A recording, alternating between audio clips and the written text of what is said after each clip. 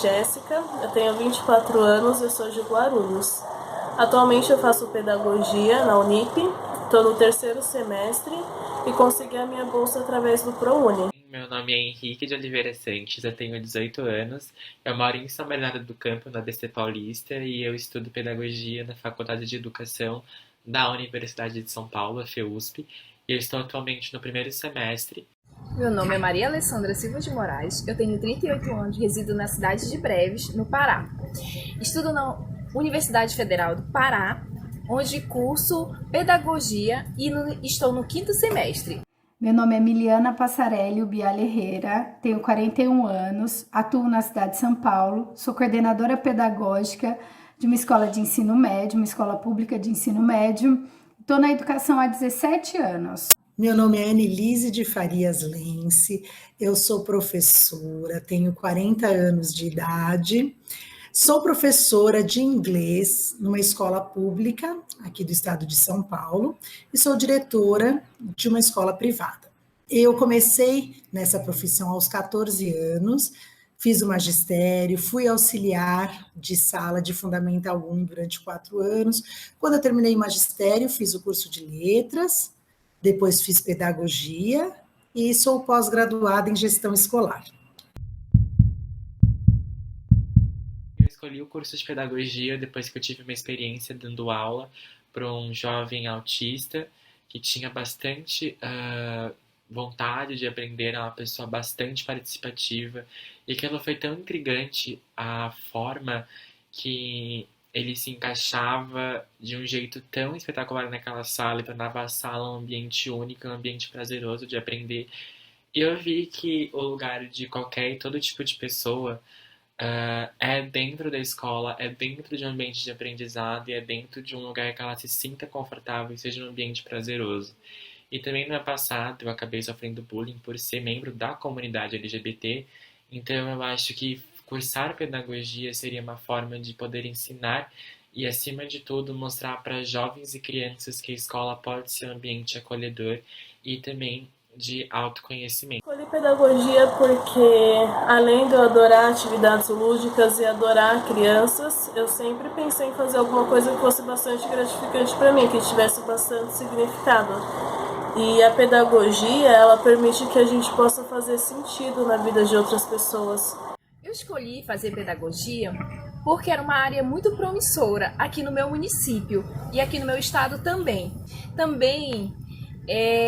Em complementação ao curso que eu já tinha, que é Educação Física, e abre muitos leques, né, e me dão muitas mais oportunidades.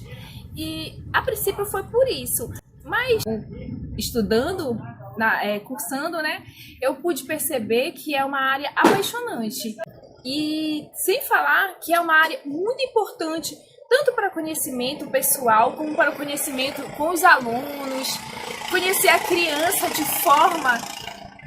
forma diferenciada, como cada criança aprende, a forma como cada criança tem de receber certo assunto. A minha maior motivação para seguir essa carreira, quem proporcionou foi a minha mãe. Ela achava uma profissão muito linda e achava que era uma profissão que a gente podia mudar o mundo. E ela foi colocando isso na minha cabeça, conversando comigo, aos 14 anos me matriculou no magistério e foi bem sincera.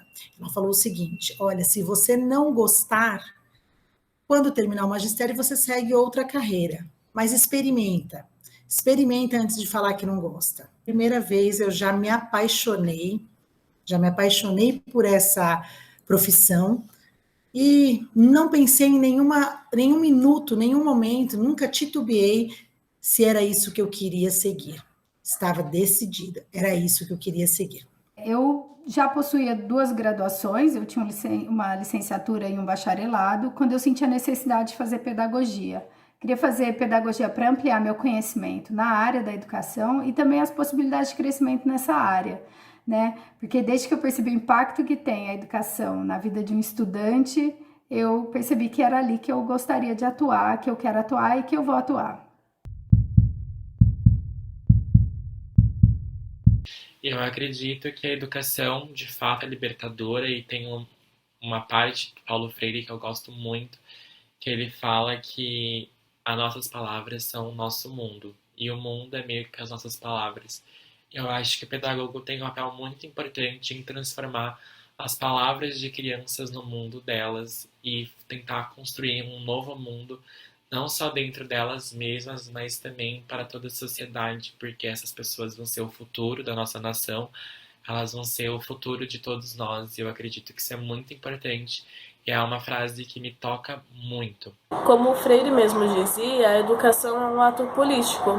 Isso significa que a partir dela a gente consegue causar transformações sociais e que para isso é necessário que tenha um ensino, aprendizagem que faça com que o aluno se liberte, que faça com que ele reflita sobre a sua sociedade, para que assim ele possa ser um ser crítico e autônomo para fazer essas mudanças sociais, para que ele seja um agente de mudanças. A educação, ela só é libertadora quando o sujeito consegue refletir a sua realidade. Ele consegue mudar, né? Ele consegue conhecer o que está acontecendo no seu redor, na sociedade cotidiana. A partir daí ele vai se tornar uma pessoa crítica, autônoma, reflexiva. Ele vai saber agir, né, de acordo com a sua própria vontade e não algo imposto, né, que é o que a sociedade impõe a todo momento. Essa é a importância, né? Isso é importante que nós, como professores, repassemos aos nossos alunos. Paulo Freire, ele sempre foi um pedagogo fenomenal, intensamente humano. Tá? O Paulo Freire, ele nos ensinou a adaptar o aprendizado ao meio do indivíduo, né? Isso faz com que o indivíduo ele passe por um processo de se identificar, né? E aí ele cria uma consciência real do que está acontecendo. E esse indivíduo que consegue compreender mesmo a partir do que ele vivencia é o indivíduo que se torna autônomo, que consegue ter consciência do que acontece ao seu redor. É esse indivíduo que a gente tem que alcançar, né? E o Paulo Freire nos ensinou como caminhar por aí com muita humanidade. Estamos passando por um momento difícil, a pandemia, a educação virou de pernas para o ar, estamos no momento de educação à distância, e aí nós criamos um abismo maior ainda do que já tínhamos. A escola privada e a escola pública.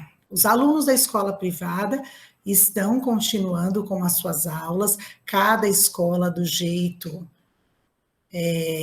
da sua política, né? E a escola pública também agora continua com a educação à distância, mas a gente não consegue atingir todos os alunos. Eu trabalho na escola pública, como eu mencionei, eu utilizo as mesmas ferramentas que eu utilizo na privada, como o Google Sala de Aula, como aula online pelo Meet, e tento fazer com que esse abismo seja um pouquinho menor, mas eu não consigo atingir todos os alunos. Se eu tenho 30 alunos no 9º ano, na minha aula online participam 15, 20, os outros não participam ou porque não têm acesso, ou porque estão sem internet, ou porque estão sem celulares, né?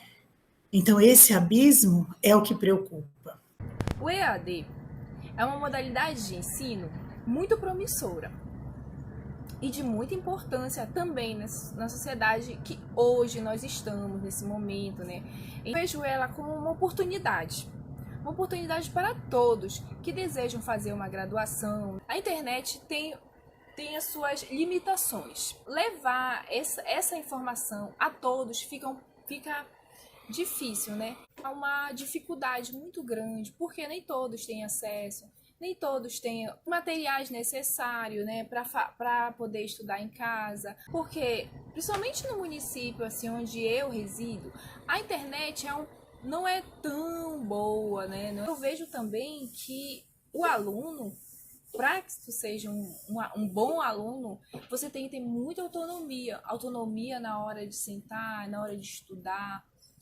Então, isso pode ser um pouco prejudicial para alguns alunos que não se identificam muito com essa com esse tipo de modalidade. Poxa, que bom que a gente tem internet, né, para nos auxiliar. Apesar de que de início eu fiquei muito ansiosa e insegura por não saber se realmente a gente ia conseguir aprender, se o cronograma de avaliação ia ser mantido e se a faculdade ia conseguir se adaptar a essa nova modalidade. Mas acabou sendo uma boa experiência, apesar de que às vezes a gente falta espaço em casa, às vezes tem muito barulho e acaba distraindo. E tem alunas da minha sala que não tem internet em casa, então acaba tendo muita dificuldade para conseguir se adaptar. É uma boa experiência, apesar de que às vezes acaba não favorecendo a todo mundo. Na questão do EAD, eu acho uma situação muito complicada, pelo menos para as crianças que eu dou aula. Elas não se sentem muito bem. A autoridade do professor, que ultimamente vem sendo uma coisa muito difícil de ser conquistada, e até presencialmente, reduziu com EAD. Muitos professores passam dificuldade dando aula EAD, mas eu acho que faltam medidas públicas também para o EAD chegar a pessoas com falta de internet, ampliação do ensino, porque estão deixando de lado diversas pessoas no processo educacional com EAD. Eu acredito que não está sendo uma forma justa e muito proveitosa de ensino, por mais que seja alternativa viável no momento. Porém, eu acredito que não seja uma das maiores alternativas pedagogicamente falando. E tenho lidado dando minhas aulas, mas de uma forma mais proveitosa, porque eu acho que as crianças desenhando e conversando entre si, tentando fazer o ambiente parecer o mais presencial possível, eu acho que me ajuda a lidar muito bem, pelo menos com meus alunos e no meu ambiente de aula.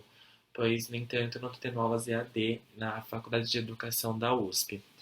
Essa realidade do isolamento, ela obrigou as escolas, né, as escolas públicas e particulares a se adaptarem, né, muito rápido. O negócio é que as escolas públicas, pensando na realidade da escola pública, a gente tem muito aluno de fora de todo esse processo. O processo de exclusão está sendo muito grande, né? Então, existe, claro, a possibilidade de você desenvolver mesmo o processo ensino-aprendizagem com essas novas ferramentas. Né? A gente ainda não tem é tudo muito novo, né? A gente ainda tem o impacto disso muito pouco mediado, né? Muito pouco medido mesmo. Mas o negócio é que a certeza que a gente tem nesse momento é que tem muita gente excluída. Então, a menos que todo mundo tenha essas possibilidades do acesso a essas ferramentas, a gente infelizmente está produzindo uma exclusão. Nos dias de hoje, se exalta a meritocracia. Como que a gente pode tentar exaltar a meritocracia quando não existem chances iguais para todos? A meritocracia é excelente, a partir do momento que possamos dar chances iguais a todos. Enquanto nós não tivermos essa chance igual para todos, a gente, infelizmente, ainda vai ter que discutir muito a pedagogia do oprimido, porque ela existe e ela é evidente, muito evidente. Depois que eu me formar, eu pretendo prestar concurso para trabalhar em escolas infantis da rede pública. E eu acho que todo professor tem que ter em mente que o estudo não termina depois da graduação, né? Então eu pretendo fazer especializações, apesar de não saber muito bem o caminho que eu quero trilhar. Depois de formada, eu pretendo atuar na educação infantil. Por que na educação infantil? A educação infantil é a base, né? Eu vejo como a base da educação. Ele dá todo o aparato para o aluno. Tanto ter autonomia para aprender, para saber, para procurar, curiosidade. É quando o aluno está com toda a sua curiosidade, né? Meus planos para quando eu me formar é provavelmente fazer uma segunda graduação em psicologia ou fazer uma pós em psicopedagogia ou algo voltado à psicologia da infância, sobre crianças com problemas com bullying, depressão, transtornos em casa, para tentar compreender todos esses comportamentos dela e como a gente pode melhor auxiliar elas. Ou também continuar dando aula e tentar abrir os horizontes de novos jovens nas escolas do Brasil. Além disso, pretendo atuar também como professor de inglês ou professor de história e geografia, visto também que muitas escolas estão adotando o modelo bilíngue, então meio que encaixar coisas que eu gosto, a área de humanidades com línguas, pode ser algo muito importante, caso eu não consiga fazer a minha pós ou a segunda graduação na psicopedagogia ou a psicologia. O que eu diria para os pedagogos do nosso país é que, apesar da gente não ter grandes reconhecimentos da profissão, a gente é muito importante, porque a gente consegue levar amor, afeto, conhecimento, a gente consegue transformar vidas e por isso a gente deve se sentir muito feliz pela nossa escolha. Vocês são muito importantes para todos nós, né? A educação, que nós somos uma categoria de muita importância. Para mim, que moro aqui nesse ribeirinho, olha, e aí a gente vê qual a importância de se ter um pedagogo, né? Uma pessoa formada e bem instruída. Então a gente vê a importância, né, de levar a educação para esse povo que tanto almeja, que tanto quer ter esse reconhecimento, né? Então são vocês, pedagogos, que fazem isso, né? Que fazem essa mudança. Então, que você ame sua profissão, né? Mas que ao mesmo tempo lute por ela também, não só financeiramente, mas mais academicamente também, né, para que nós sejamos mais valorizados. Nós lutemos juntos, né, porque eu vejo também que é uma categoria que não é muito unida, então que lutemos por isso juntos. Para os pedagogos e pedagogas e pedagogues do Brasil, eu diria que estamos num momento de luta, especialmente com esse governo fascista que não apoia a pesquisa, não apoia nenhuma área de humanas. Porém, eu acredito que juntos somos muito mais unidos, nós podemos ajudar jovens a se encontrar e mostrar que eles vão ser a voz do futuro, ensinar para eles o jeito de se comportar, de se mostrar, de lutar e mostrar que eles podem ser eles mesmos. E a gente vai ter e nós temos um poder muito forte dentro da sociedade, pois somos nós que moldamos as crianças desde sempre, desde a infância, e cabe a nós mostrar para elas que, por mais que estejamos nesse desgoverno e que esse desgoverno possa continuar, nós estamos unidos e o que vai unir sempre é a educação, junto com os jovens e professores, é a vontade de aprender, o amor e o espírito de luta que nunca saiu dentro de todos nós.